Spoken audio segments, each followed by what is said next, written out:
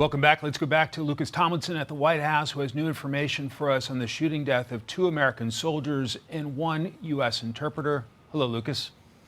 Mike, good afternoon. This is what we know right now. 2 U.S. Army soldiers have been killed. 1 American civilian interpreter have been killed. 3 other U.S. service members have been wounded in an ambush in central Syria, in the city of Palmyra, a former ISIS stronghold. We have confirmation from the Pentagon in a statement. I'll read it for our viewers. It reads, quote,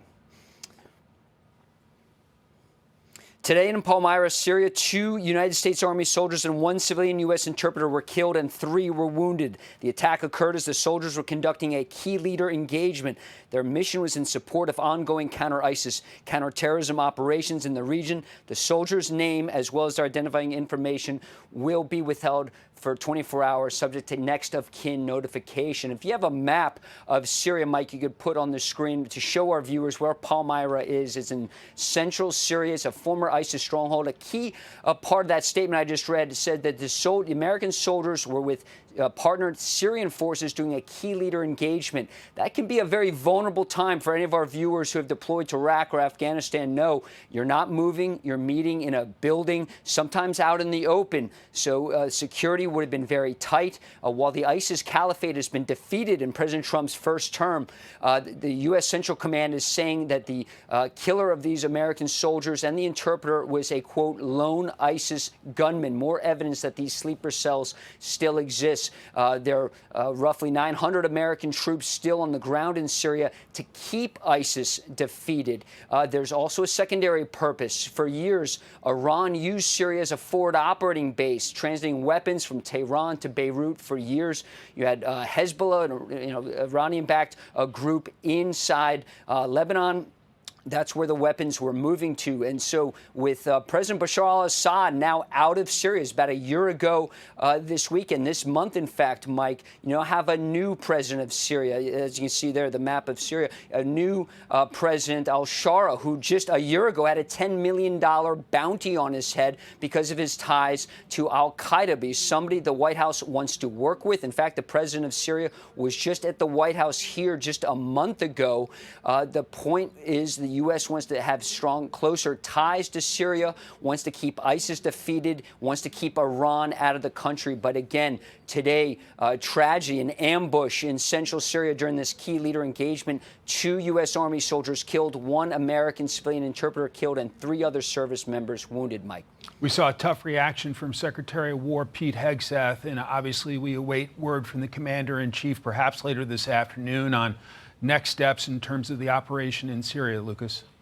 That's right. President Trump will be going to the Army-Navy game in Baltimore later this afternoon. Will probably be our first comments from the Commander-in-Chief on this tragedy today. We expect him to speak about that while he goes aboard Marine One on the South Lawn here at the White House. The Secretary of War, of course, will also be at the Army-Navy game today. But once again, Mike, a tragedy in Syria today. 2 American soldiers killed, 1 American interpreter killed, and 3 other American service members wounded in Syria today, Mike.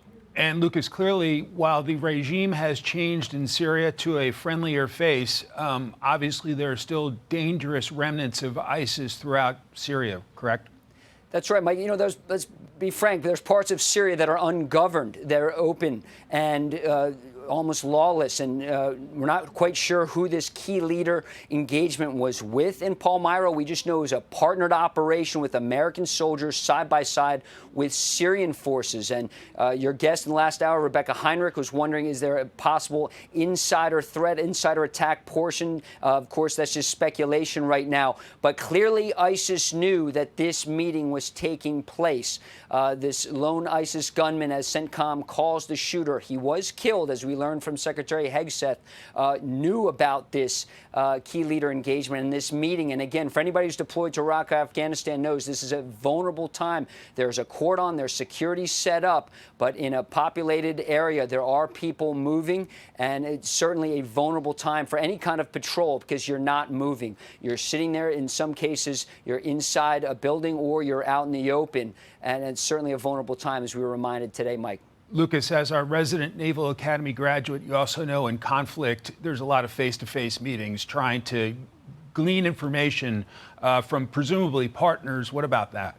There's no question, Mike. I was in Afghanistan for 9 months on a human terrain team with the U.S. Army in 2011. I took part in many of these key leader engagements, and it is a vulnerable time. Just to underscore that point, you're not moving, you're sitting there, you're engaged, but you rely on your security forces to watch your six, watch your back.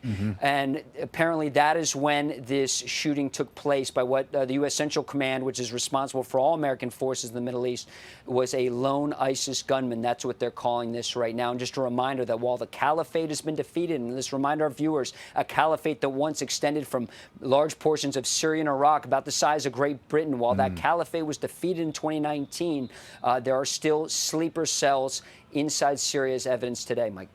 Lucas Tomlinson live on the North Lawn. We will head back to you later. Lucas, thanks very much. Hey everyone, I'm Emily Campagno. Catch me and my co-hosts Harris Faulkner and Kaylee McEnany on Outnumbered every weekday at 12 p.m. Eastern, or set your DVR. Also, don't forget to subscribe to the Fox News YouTube page for daily highlights.